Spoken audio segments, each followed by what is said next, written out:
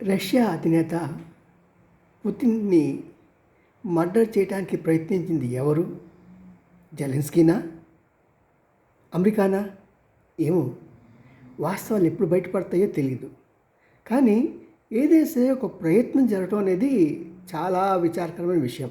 ఎందుకంటే ఇంతకుముందే 2-3 రోజుల క్రితం జెలెన్స్కీ చెప్పాడు, పుతిన్ చనిపోతాడు చనిపోతాడు చనిపోతాడు అని.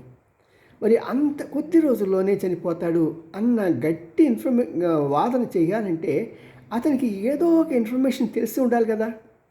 అతన్ని మనుషులు పంపించడము, లేకుంటే అమెరికా అక్కడ తను పుతిన్ని చంపడానికి ప్రయత్నం చేసేనే ఉండొచ్చు. మరి ఇది ఎలా జరుగుతుంది? ఎందుకంటే నేషన్ ఫస్ట్ అనే ట్రంప్కి ఇది పెద్ద లక్ష్యం కాదు. ఫ్రెండ్షిప్పే, పని. మరి అలాంటి సమయంలో, ఇలాంటి సమయంలో ప్రపంచ యుద్ధానికి మనం దగ్గరగా లేవంటారా?